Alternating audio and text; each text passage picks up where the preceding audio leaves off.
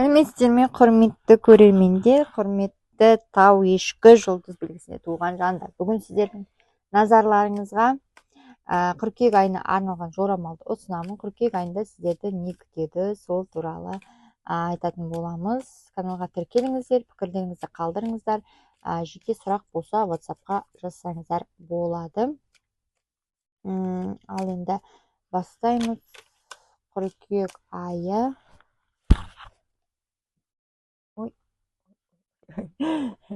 Бірінші шарғайық.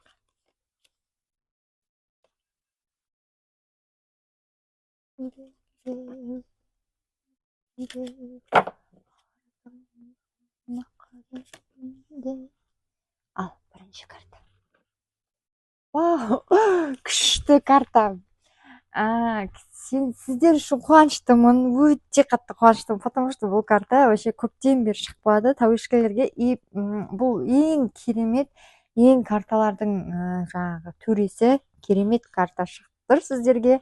Тәуешкі жалпы енді бұл карта шынымен де өте жақсы карта. Сіздердің жалпы мен сіздерге айттым ба айтпадым ба білмеймін, бірақ сіздерде негізі қазір осы уақыттардан бастап өмірлеріңізде өзгерістер бола бастайды, өзгерістер келеді, үлкен өзгерістер, иә, және ол ұзақ уақытқа, тіпті 7 жылға дейін созылуы мүмкін.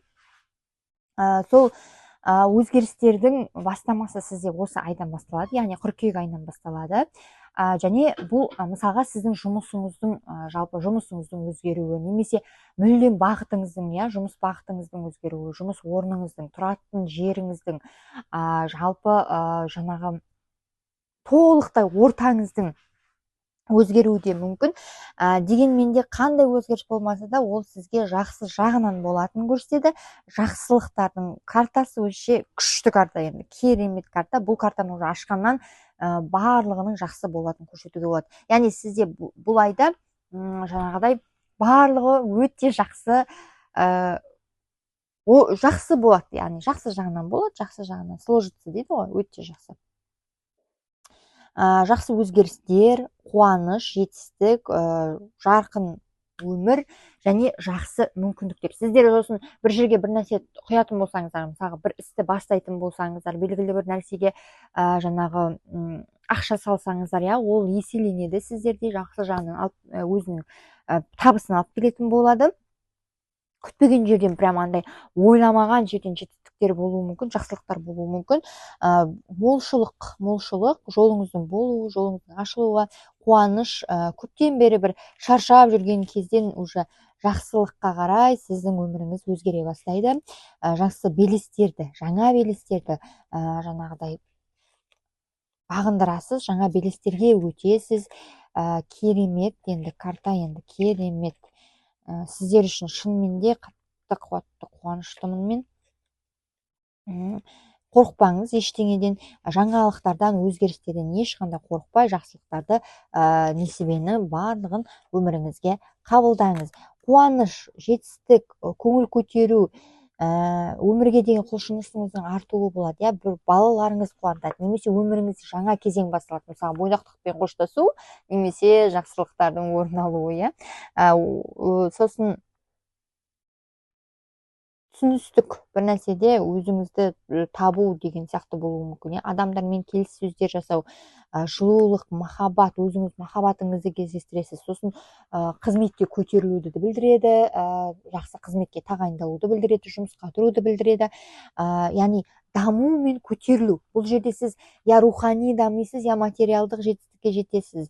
Сосын жаңағыдай атаққа ие болуыңыз мүмкін, біреулер сізді тани бастайды, біреулер сізді көре бастайды, біле бастайды деген сияқты, немесе мақтайды деген сияқты жақсылықтар орын алады.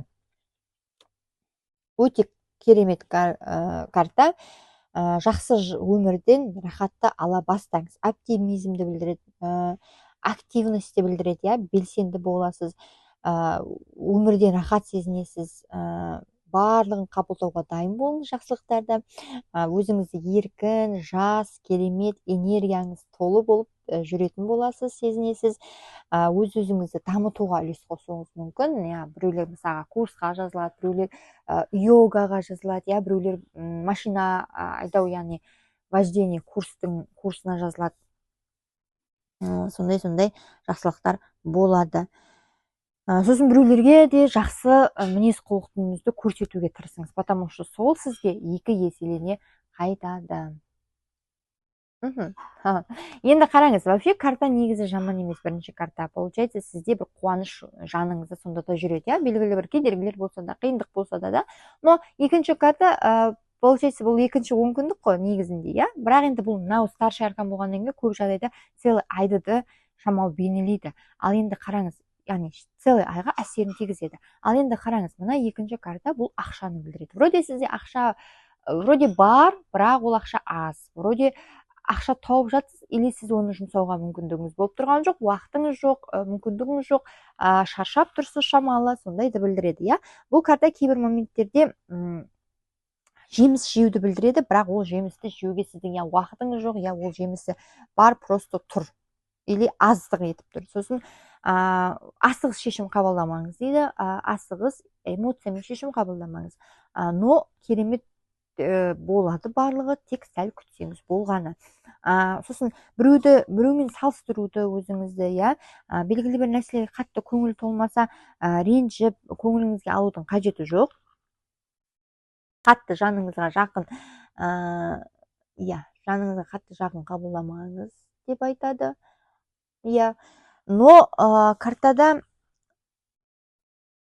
күйзеліске, кейбір моменттерде күйзеліске түсуіңіз мүмкін, шаршау болуы мүмкін, сосын өз-өзіңізге тұйықталуыңыз мүмкін, белгілі бір жағдайға тәуелді болуыңыз мүмкін, өзгертпесе болмайтын.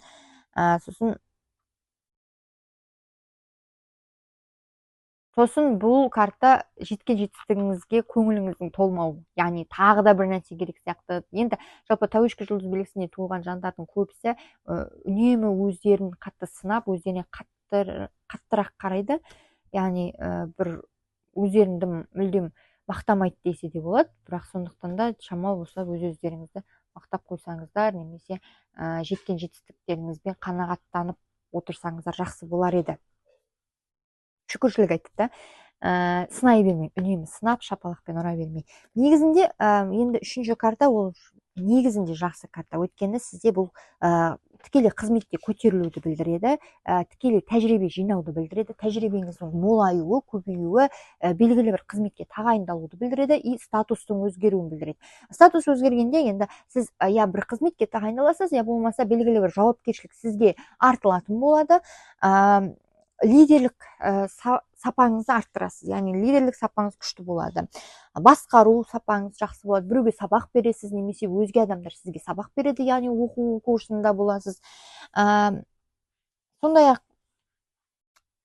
әке атану мүмкіндігі бар, ата атану мүмкіндігі бар, немесе үйлену, уже бойдақ болмайсыз деген сияқты. Сосын біреуге кеңесші болып тағайындалуыңыз да мүмкін, яғни орынбасары болып тағайындалуыңыз мүмкін қызметте. Сондай-ақ біреулерге жол көрсету, өзге адамдар сізге немесе жол көрсетеді. Қызметте көтеру және личностный ростты білдіреді, яғни сіздің сана сезіміңіздің көтерілуі. Барлығына үлгере аласыз, жақсылықтардың нышаны болады, жақсы ақшаны дұрыс, жаңағыдай өте тиімді, мұқият бөле аласыз, жеткізе аласыз, денсаулық жағдайыңыз жақсы болады. Барлық жаңағы мәселелер болған болса, бір қиындықтар болған болса, немесе тұрып қалған бір жағдайлар болса, соны орнынан жылжытуға, жақсартуға, тұрып қалған мәселені жылжытуға, немесе келіссөздер, жүрмей жатқан келіссөздерді жүргізуге, көптен бері сөйлеспей жүрген нәрсе адамдармен сөйлесіп кетуге жақсы мүмкіндік бар, проблеманы шешуге мүмкіндік бар. Картаңыз өте жақсы. Негізі қалай болғанда да бұл карта өзге адамдардан или сізге көмек болады, или сіз біреулерге көмектесесіз деп айтар едім. Жақсылықтар жасау, өзге адамдар жақсылық жасайды сізге, или сіз біреуге жақсылық жасайсыз да. Сонымен қатар тек өзіңіздікін ғана дұрыс деп ойлайтын боласыз. Әрине ол бір жағынан дұрыс емес.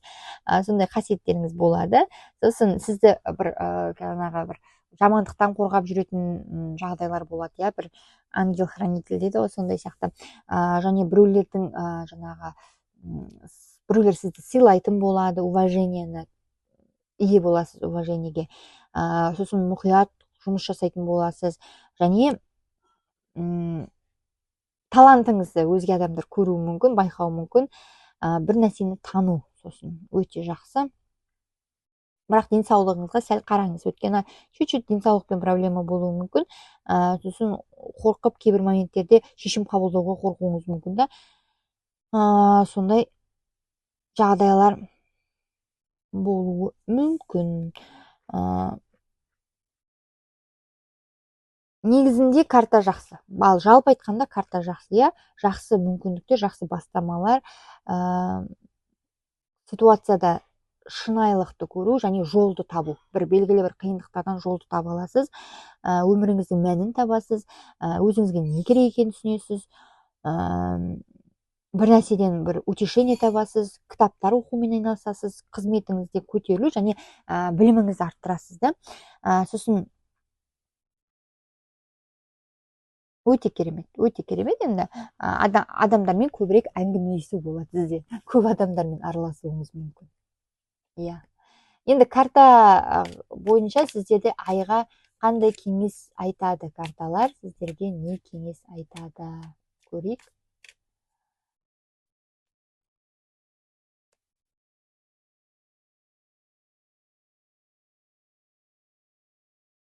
Енді кеңес болғанда бұл карта вообще жақсы карта негізінде.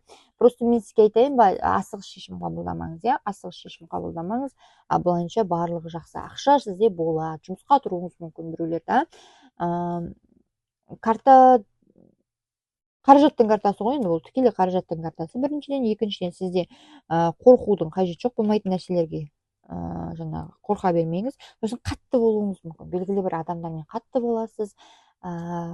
Өзіңіздің айтқаныңызды ғана дұрыс деп ойлайтын боласыз. Әрине ол нәрсе де дұрыс емес шығар, шамалы түсу керек шығар. Сосын тек қана турасын айтып, кейбір адамдардың көңілін қалдырып қоюыңыз мүмкін. Басқару қабілеттеріңіз өте жақсы болады, барлығына мұқият қарайсыз. Ақша табу жолыңыз өте керемет, ақша таба аласыз, қызметте жақсы өзгерістер болады. Денсаулық жағдайыңыз жақсы болады, уайымдамаңыз, карта өте керемет.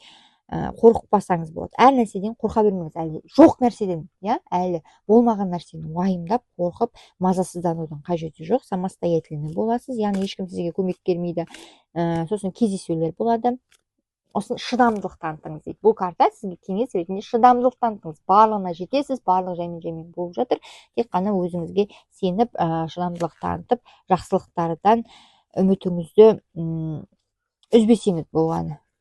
Өйткені сізде бір жағынан білдірмейтін іштей мазасыздық сезімі өте басым. Көбісі ойлайды, что таушка жұлдыз белгісіндегі жандарда өте спокойный, керемет, байсалды деп. Хотя олардың мінездері өте ауыр. Біріншіден, екіншіден мінездері мазасыз. Просто оны көрсетуге тырыспайды, яғни көрсете бермейді, бірақ іштей күйіп пісіп тұрады.